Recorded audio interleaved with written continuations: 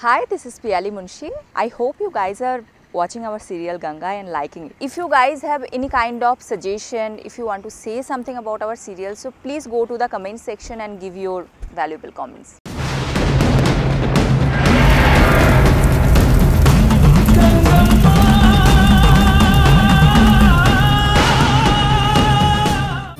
வா அபி, அம்மா ஒன்றும் சொல்ல மாட்டாங்க, சும்மா வா. மா மா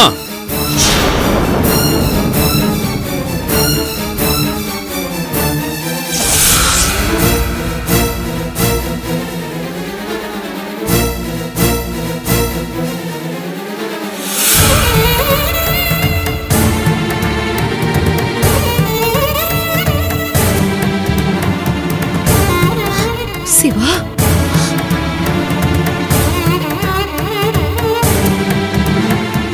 சிவா, என்னடா? மா, நானும் அபியும் கல்யாணம் பண்ணிக்கிட்டோம்.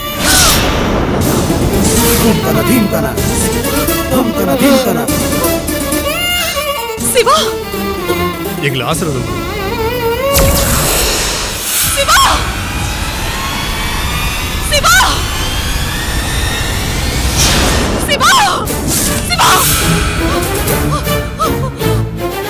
ஐயோ, கங்கம்மா என் புள்ளைய கொன்னுட்டாளே. சிவா, சிவா, சிவா எங்க போயிட்ட? சிவா, ஐயோ, சிவா, என்ன கொன்னாங்களே? என்னமா ஆச்சு? கங்கம்மா உன்னை கொல்லல. நீ உயிரோட தான் என்னமா இருக்கியா? பேசுற? அவளை போ சொல்லுடா. நீ கூட்டிட்டு வந்திருக்கிய, அவளை போ சொல்லு. யாருமா? அவளை முதல்ல போ சொல்லு. அம்மா, யாருமா? அம்மா, கனவுதும் கண்டியாமா? சிவா,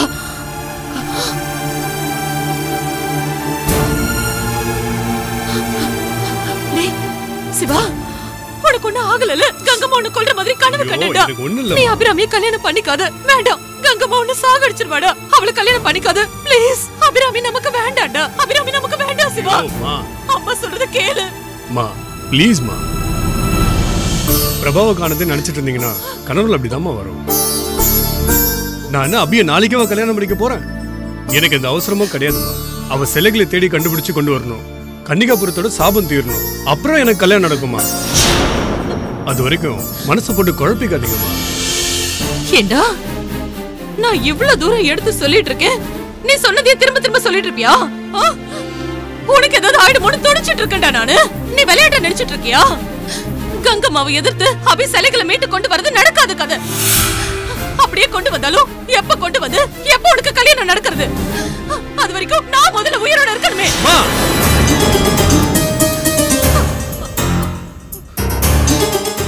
நீங்க 100 வருஷம் நல்லா இருப்பீங்கம்மா. எனக்கும் அபிக்கும் கல்யாணம் நடக்கும். நீங்க நினைக்கிற மாதிரி நம்ம குடும்பத்துக்கு ஒரு வாரிசு கிடைக்குமா? நீ நடக்காத கதையை பேசிட்டு இருக்க. நீ அபிய மறந்துரு. உனக்கு நல்ல ஒரு பொண்ணை நான் பாக்குறேன். ஒழுங்கு மரியாதையா வந்து அவ கழுத்துல நீ தாலி கட்ட. நீங்க என்ன வேணாலும் சொல்லுங்க. இந்த விஷயத்துல நான் உங்க பேச்சை கேட்க போறேன். இன்னொரு பொண்ணு நான் கல்யாணம் பண்ணா பாதிக்கப்பட போறது நான் மட்டும் இல்லம்மா. என்னை நம்பி வந்த அந்த பொண்ணும் தான். சேர்ந்து வாழாம இருக்கிறவங்களை பார்த்து நீங்க மட்டும் சந்தோஷமா இருக்க போறீங்க. எல்லாருக்கும் வேதனை தர ஒரு விஷயத்தை எதுக்குமா வலுக்கட்டாயமா செய்ய சொல்றீங்க? நீ சொல்றது என்னால ஏத்துக்க முடியாது. காதலிச்சவங்க எல்லாம் கல்யாணம் பண்ணிக்கிறாங்களா என்ன?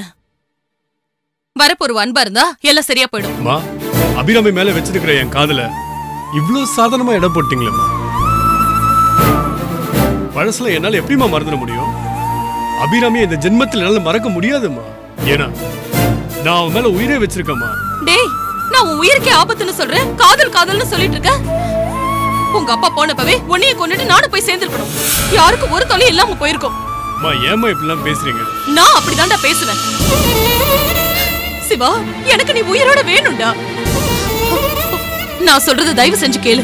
அபிராமிய மறந்துட்டு நான் பாக்குற பொண்ணை கல்யாணம் பண்ணிக்கோ. இப்ப என்ன, அபிராமிய கல்யாணம் பண்ணிக்கிட்டா என் உயிருக்கே ஆபத்து வரும்னு பயப்படுறீங்க? சரிம்மா, நான் அபிராமிய கல்யாணம் பண்ணுற எண்ணத்தை கைவிட்டுருமா. ஆனா அவளுக்கு துரோகம் பண்ணிட்டு இன்னொரு பொண்ணு கழுத்துல எல்லாம் தாலி கட்ட முடியாதுமா.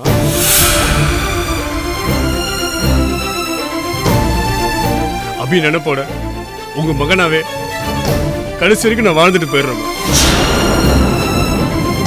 இனிமேல் கல்யாணம்ன்ற பேச்சு எடுக்காதீங்க. சிவா, சிவா, சிவா, டேய், சிவா, நான் சொல்றது கேளுடா. சிவா, சிவா நில்லு. சிவா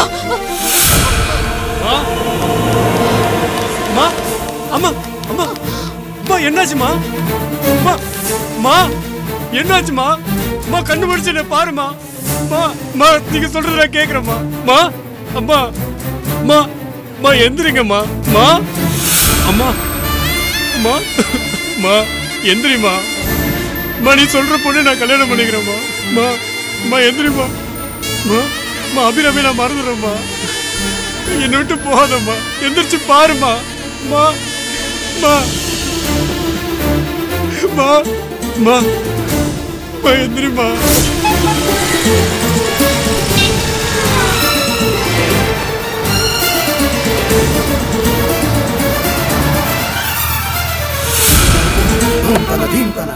வாட் பாய் ஸ்ட்ரெச்சர் கொண்டு வாங்க சீக்கிரம் மா மா மா உனக்கு ஒண்ணும் இல்லம்மா நீ நல்லா ஆயிடுவாம்மா நீ நல்லா இருக்க கண்ணு முடிச்சுட்டே பாருமா உன் உடம்புக்கு ஒண்ணும் இல்லம்மா மா எனக்கு ரொம்ப பயமா இருக்குமா அபிராமியை பத்தி பேச மாட்டேன் உங்க சண்டை போட மாட்டேமா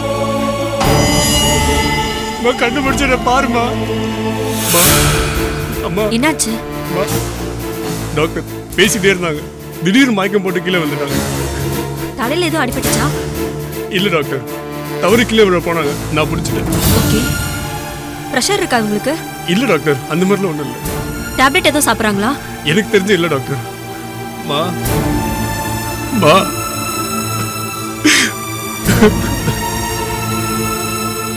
நர்ஸ் இவங்கள உடனே ஐசியூல அட்மிட் பண்ணுங்க சீக்கிரம் கூட்டிட்டு போங்க மா பல்ஸ் ரொம்ப லோவா இருக்கு எதுவா இருந்தாலும் நாங்க செக் பண்ணி தான் சொல்ல முடியும்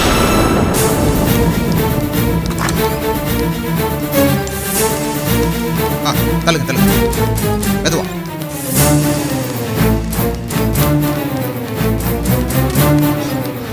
டாக்டர் வெயிட் பண்ணுங்க எங்க அம்மாக்கு ஒன்றும் ஆபத்து இல்லை டாக்டர் இப்போ எதுவும் சொல்ல முடியாது மிஸ்டர் கொஞ்சம் வெயிட் பண்ணுங்க செக் பண்ணி தான் சொல்ல முடியும்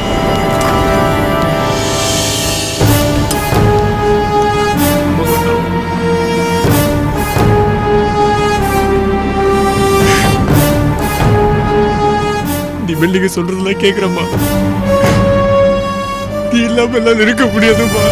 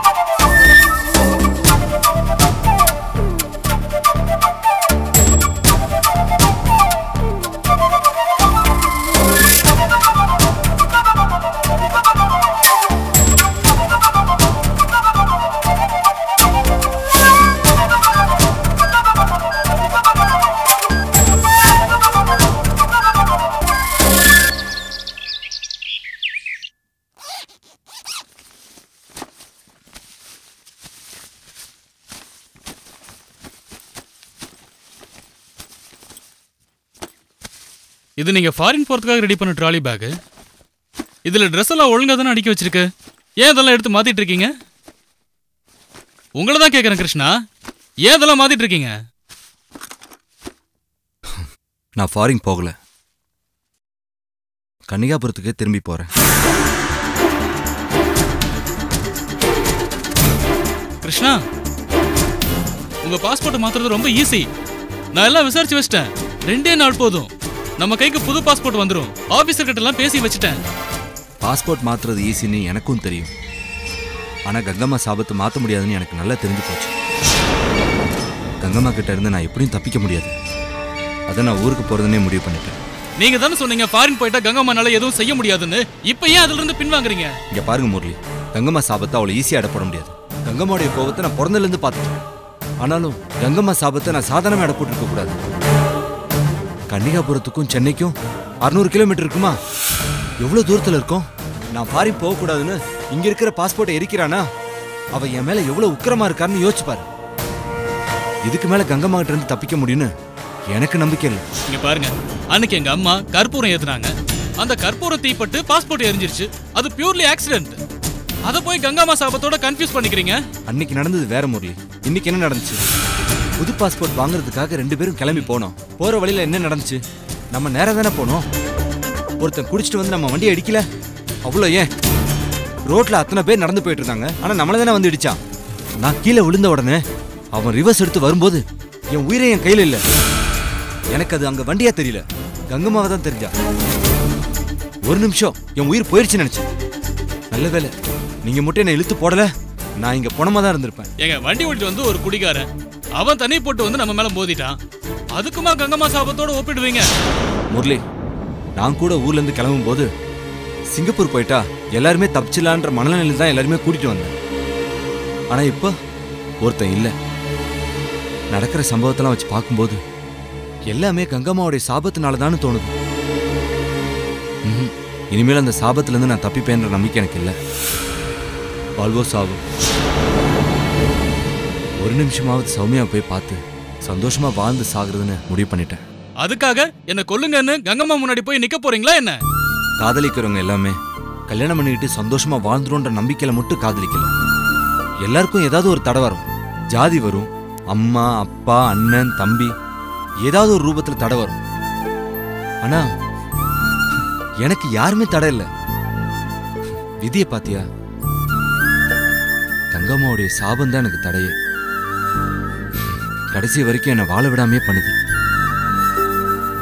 அதான் செத்தாலும் பரவாயில்லன்னு நான் ஊருக்கே கிளம்பலான்னு முடிவு பண்ணிட்டேன். என்னை தடுக்காத. வேண்டாம் கிருஷ்ணா. கிருஷ்ணா சொன்னா கேளுங்க கிருஷ்ணா. வேணாம் கிருஷ்ணா.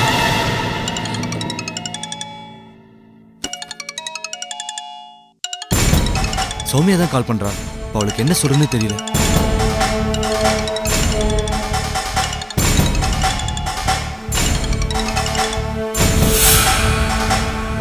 சௌமியா, என்ன கிருஷ்ணா போனே பண்ணல? கிளம்பிட்டீங்களா? கிளம்பிட்டே இருக்கேன். இன்னும் வீட்ல தான் இருக்கீங்களா? வெளிநாட்டுக்கு போறதா இருந்தா ஏர்போர்ட்டுக்கு 3 மணி நேரத்துக்கு முன்னாடியே போகணும்னு சொல்லுவாங்களே. என்னம்மா நீங்க கிளம்பல? நான் எல்லாத்துக்கும் ரெடியா தான் இருக்கேன். என்னது? இல்ல, போறதுக்கு ரெடியா தான் இருக்கேன்னு சொன்னேன். கிருஷ்ணா, அங்க போன உடனே என்ன மறக்க மாட்டீங்கல்ல? எப்படி மறக்க முடியும் சௌமியா? உன் ஞாபகமாவே இருக்கிறதுனால தான் நான் கிளம்புறேன். அங்க போன உடனே ஃபோன் பண்ணுங்க. போய் சேர்ற வரைக்கும் உன் ஞாபகமாவே தான் இருப்பேன் சௌமியா. நேரத்துக்கு சாப்பிடுங்க. என்ன நினைச்சு கவலைப்படாதீங்க. 48 நாள் சாபம் முடிகிற வரைக்கும் கொஞ்சம் பொறுமையா இருங்க. அதுக்கப்புறம் நாம கண்டிப்பா சேர்ந்து வாழலாம்.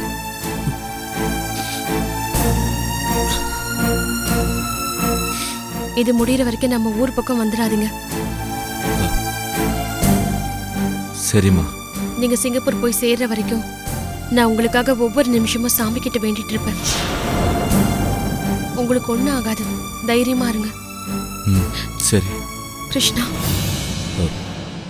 சௌமியா,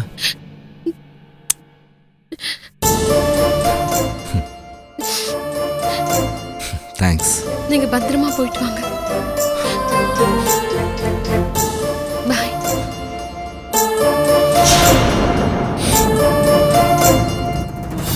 என்ன கிருஷ்ணா, நீங்க கன்னிகாபுரத்துக்கு தானே போறேன்னு சொன்னீங்க. சௌமியா கிட்ட ஏன் சிங்கப்பூர் போறதா போய் சொன்னீங்க? சௌமியா கிட்ட சொன்னா பயப்படுவா. ஏதாவது சொல்லி என் மனசை மாத்த பாப்பா. என்னால அவ வார்த்தையை மீற முடியாது. நான் நேரா போய் அவளை கன்வின்ஸ் பண்ணிக்கிறேன்.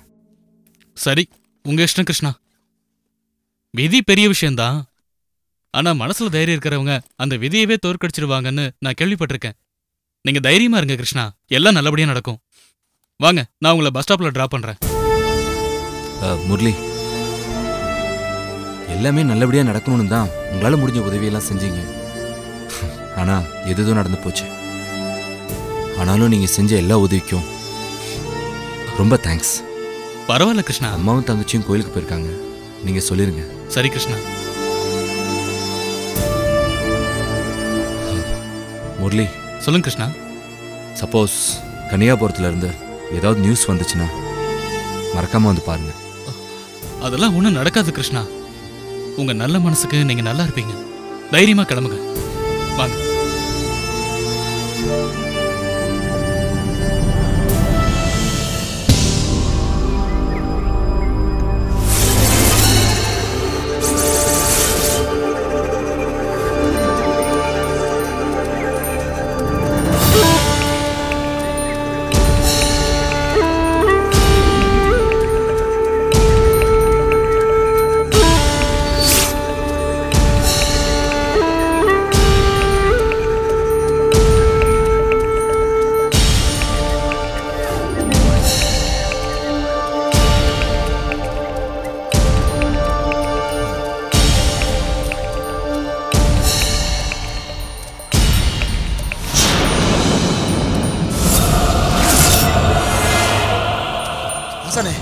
நான் சொல்லல திரும்ப திரும்ப ஒரே பாதையில போயிட்டு இருக்கோன்னு.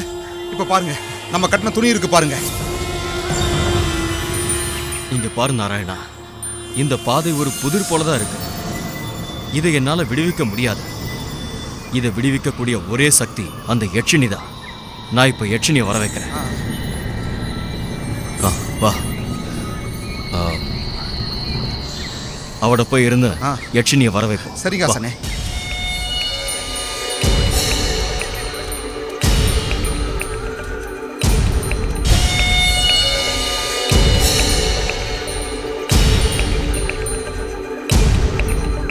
நாராயணா, யட்சினியை வர வைக்கிறதுக்கு அது போதுமான இடம். வா.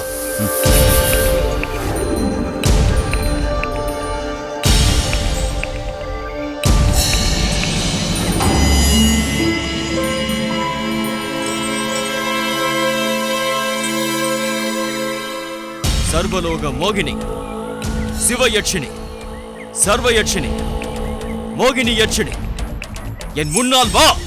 வா, என் முன்னால் வா. சிவ யட்சினியே, சர்வ லட்சணியே, வா. என் முன்னால் வா.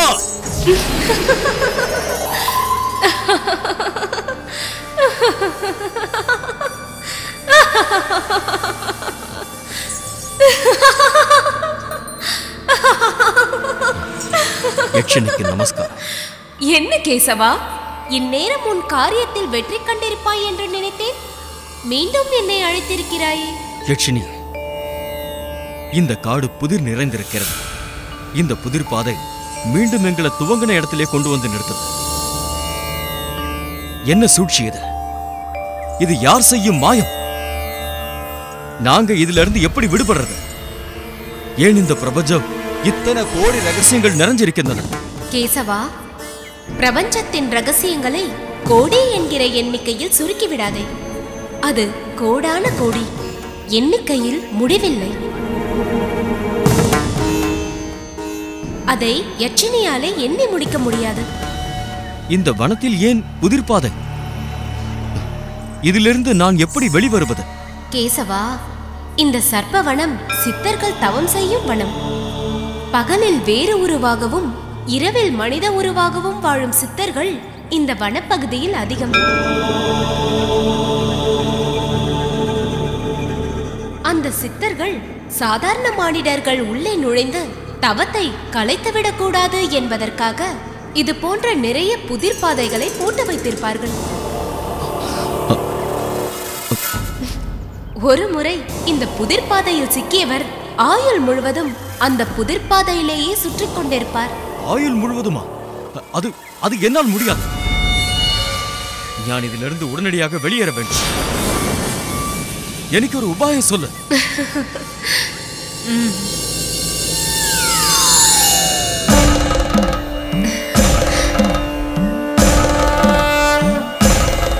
இதோ இந்த ஸ்படிக மாலையை உன் கழுத்தில் அணிந்து கொள். நீ புதிர் பாதையிலிருந்து வெளியேறி விடுவாய். நீ எப்போதும் புதிர் பாதைக்கு செல்ல மாட்டாய். வாங்கிக்கொள். நாராயணா,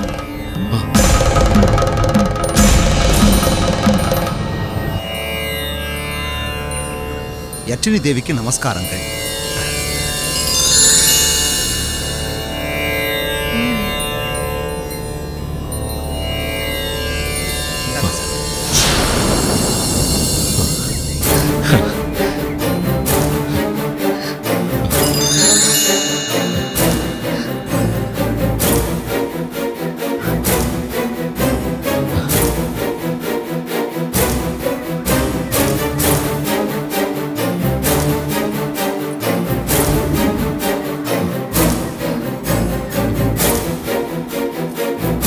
நன்றி யட்சினி.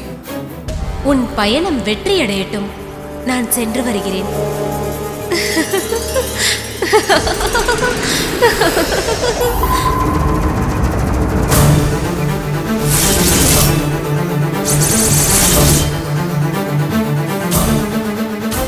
நாகம்மா